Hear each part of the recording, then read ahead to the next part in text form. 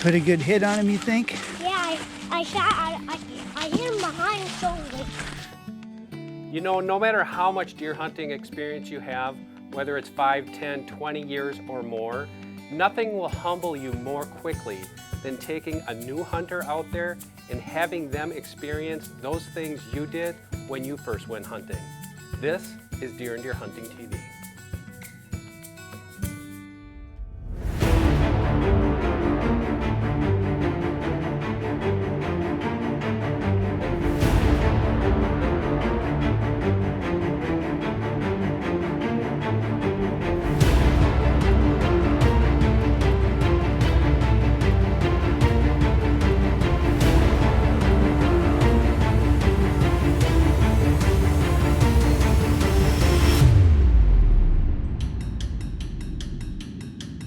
This is where it all begins.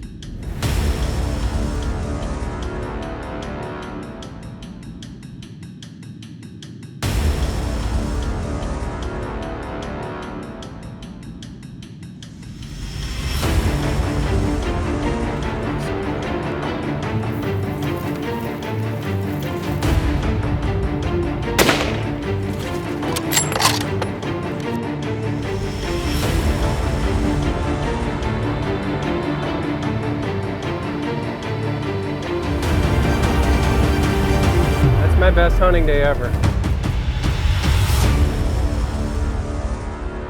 This is Deer and Deer Hunting TV.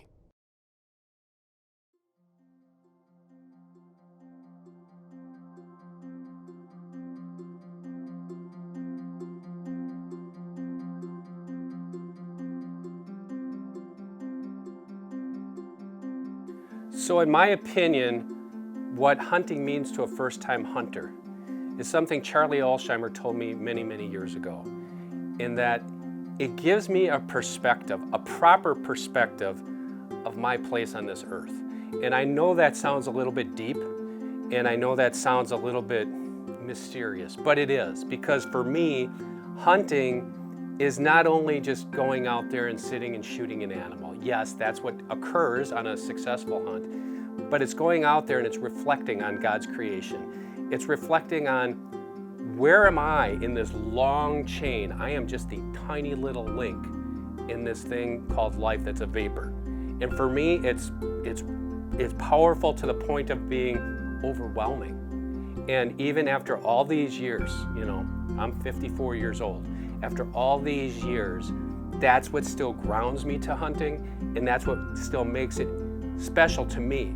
But for a first timer, you know, you might not understand that. You might not realize that moment in time. But analyzing and just absorbing all that stimuli when you're out there, that's what it means to me for a first-time hunter, is that first step along this journey of a wonderful path.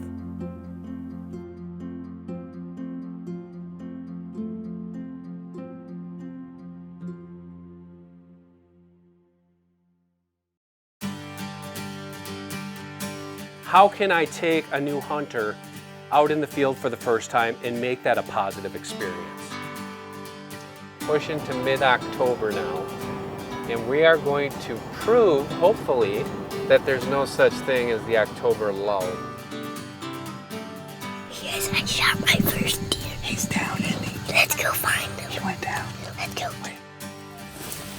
Oh man, what a good Good shot. deal. Pick him up. Let's see him, man. Yeah, buddy.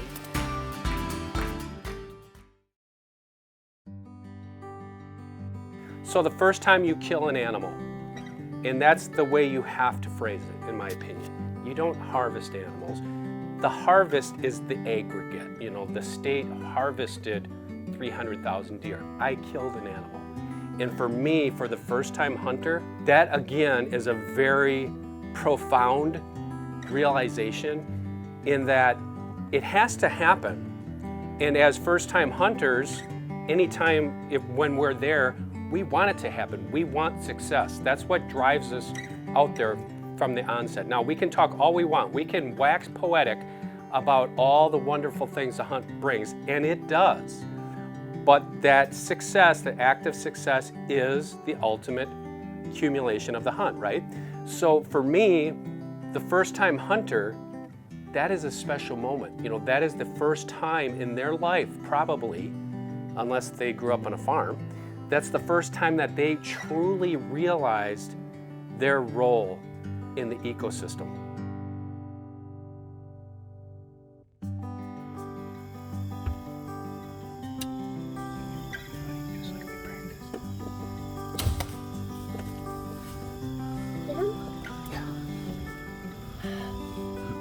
My dad always said we had to wait for him to lay.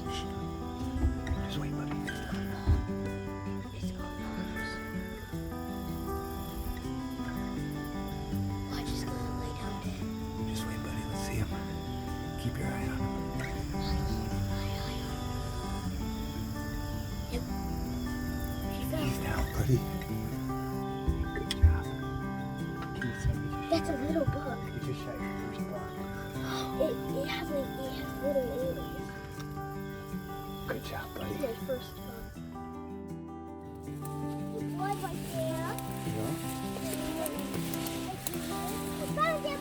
Good job. Buddy. Awesome. Oh, man. What a good shot. Good deal. Pick him up. Let's see him. So this was a really another special hunt. Little Gavin's hunting. His dad and his dad's friend take him out there. They know deer coming into this area. He makes the shot. Now it would have been real easy just to stay on him and enjoy all that excitement, but his dad's friend was manning the camera and had the wherewithal to stay on that deer. Now if you watch, that deer kind of peels off, stops, and then doubles back and dies in the soybean field. He didn't go very far, but that could have went sour real quickly had they not found that blood trail. Another thing I liked about this hunt is they let Gavin go first. That's invaluable because he got to experience it, he got to find the deer, made it that much more special.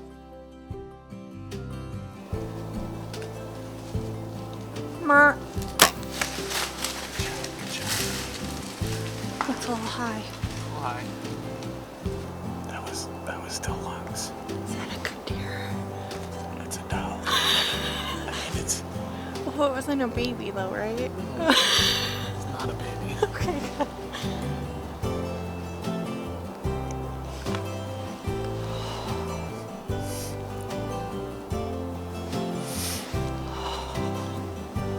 You just shot a deer. 20. Whenever you're ready. Mer. Hey, What's going on? I just smoked a big one. Are you kidding me? Woo!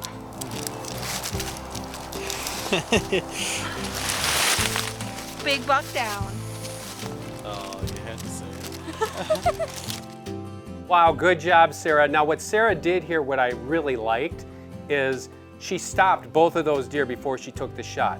That was some good teaching on her brother's part, who was manning the camera, and probably some of her family and friends. But also, look at the emotion there. I mean, the tears on your face, Sarah, that's priceless. And I could see the quivering in your voice. You wanted to make sure everything went right, and we know it did because you got both of them. Okay, better rib.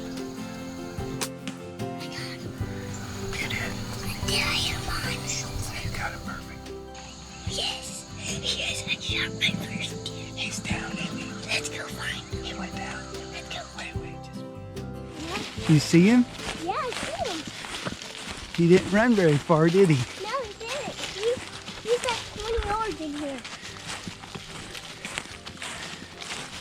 Did you put a good hit on him, you think? Yeah, I hit him behind the shoulder. Is that where you're supposed to hit him? Yeah. You know what I hit him? Oh, yeah. Wow. That's a little buck. For sure, if I would make. Little button buck, isn't it? Yeah, little button one. And that's the way you do it. And that's the way you do it? Yeah. That is exactly how you do it, Brody. Congratulations. That is awesome. You know how I said when you take a new hunter out to let them experience the moment? That's what Brody's grandpa did here, and he did such a wonderful job with this boy. 5 years old, and that shows you how young you can instill that in a hunter. And just that, it says it all right there on his face. Whether you're 5 years old or 52, the excitement is still the same, or at least it should be. This year in Wisconsin, Dan Schmidt experienced a hunt that for him felt like the first time all over again. Okay, so today it's a little bit windy. It's early, pushing to mid-October now. And we are going to prove, hopefully, that there's no such thing as the October lull today. Because I think we're going to see some deer tonight.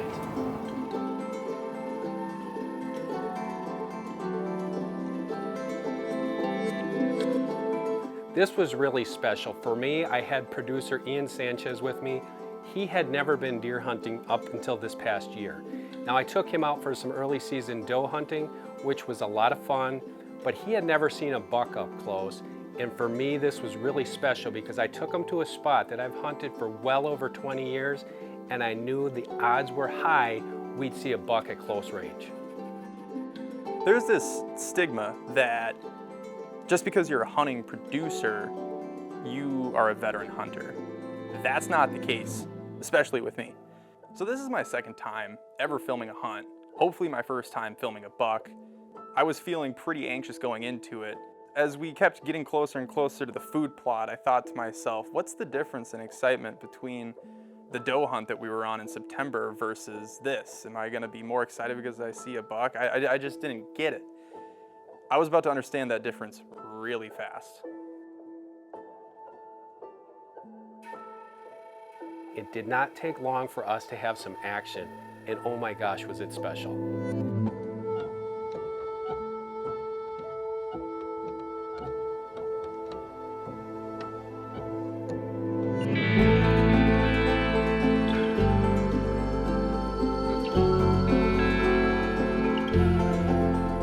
I didn't realize how much I was shaking at the time. I didn't realize the adrenaline rush I got just sitting in silence for 2 hours just to have something step out for those 4 minutes.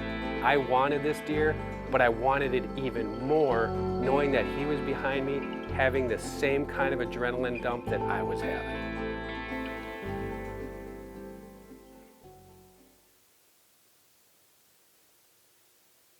Right there, right there. No. Right there. Man! I hit him high.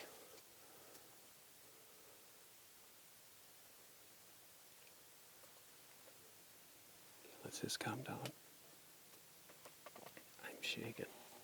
That's a public land 8-pointer there. So my excitement is in overdrive. Number one, I'm excited already because it's a deer that I want to shoot. And number two, I'm experiencing this with a person who's never experienced it before. And I know I have to let him experience this on his term and at his time, if you know what I mean. I don't want to rush it. When this 8-pointer stepped out, I felt like I was looking at Godzilla. It was so cool. I got super geeked. I was shaking. I was at a loss for words. There's a lot going through my head. There's blood right there. There's a drop right there, see?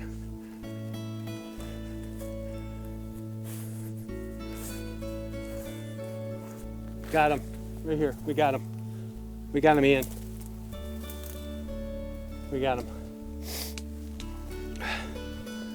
Sever made quick work of him. He's a beautiful buck. I didn't walk up to him yet. I just found him right here. He basically did a little button hook. And that's the thing, you gotta be careful with blood trailing, you know. There is blood, but it's up high. And I always temper my enthusiasm, but it's time to celebrate. Yes. I don't think that it matters. I don't think that it matters that I wasn't the hunter. I don't think that it matters that I wasn't on the crossbow. I think what matters is that I was excited. There was a buck back there, and I got to understand really what the joy of hunting was for me. I just remember the excitement I got as a kid, my first deer hunt back in the early 1980s, of seeing a branch antlered buck, an 8-pointer. That's what I got today.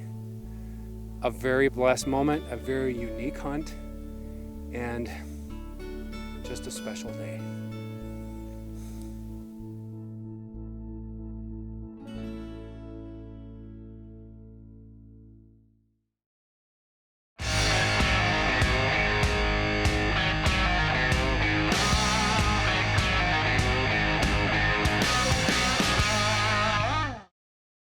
So we have a lot of neat equipment these days. You know, this stuff is really advanced, especially in the archery end of things. And when I say that, I mean both, you know, traditional archery, compound bows, and crossbows, especially crossbows. The technology on these things is really advanced. However, with technology, we get lulled into a sense of almost like being Superman, that we can do anything. And obviously we cannot. Although these new crossbows are blazing fast, this 10-point I'm shooting here, 470 feet per second. And when you shoot it out there at the practice range, you're shooting longer distances, you're hearing that thing just pop when it hits the target, and you're getting extraordinary accuracy at longer distances. But in hunting situations, you know that's not always the case, that on a living, moving deer, that you have to be really careful not only with shot placement or, you know, when to shoot, if the deer's alert, if the deer's got his head down. You have to pay attention to the subtle things. And for me, when I set up ground blinds before the season, like we're doing today, I gotta be doubly sure that nothing is going to deflect my shot, because it happens. We are sitting over a food plot here that got overgrown with a lot of weeds last fall. I'm gonna go out there with my Outdoor Edge brush demon, and I'm just gonna clean out enough shooting lane to my range, and for me it's 40 yards. I know I can shoot this thing a lot farther than that, but I'm still bow hunting. I try to keep them within 40 yards. I'm gonna clean out 2 spots that I know if a deer's in here feeding, I've got a nice clean shot. So the first thing I'm gonna do is I'm just gonna pretend like I'm hunting, get it up, crossbow's up, and when I'm looking through that scope, you know, if a deer's standing out there, I'm not gonna know, but I know that I've got a spot here maybe 4 or 5 feet wide, one right there. I'm gonna go through this window, 4 or 5 feet there, and that's where I'm gonna start. It's no different than if I'm hunting up in a tree stand, making shooting lanes, you know, through saplings and, you know, overgrowth and brush, stuff like that. I have to do that in food plots too, because the second it happens to you, you're gonna kick yourself that you didn't, because a little stem like that can deflect an arrow and lead to a poor shot or absolutely a clean miss. So keep that in mind when you're hunting from the ground. Make sure that you have nice, clean shooting lanes to those food plots and open areas. Okay, call me weird. That smells like bow season. That smells like deer season, dirt. There's something about dirt, it's intoxicating. It really is. When I smell dirt, I'm thinking about sitting in the swamp, sitting in my tree stand, sitting in my ground blind, and getting ready for a deer to show up. A lot of times, you know, the way I grew up, that's how we did scent control, is we did our best to keep our clothes and our gear scent free. But then when we went hunting, we kept that gear and our clothes in a bag with some sticks and some dirt and some pine boughs to give us a masking scent. So if you've seen No Zone from Wildlife Research Center, you know that this is a no ozone product that basically kills scents. It's an air and space deodorizer that doesn't have any scent. Well, this year they've introduced a formula of No Zone that has an earth scent. Some of us really like that. It's a nice cover scent, and especially like when you're in the vehicle and I spray that around, for me, it's getting me ready for deer season. But check it out, it's called No Zone Forest Edge from wildlife.com.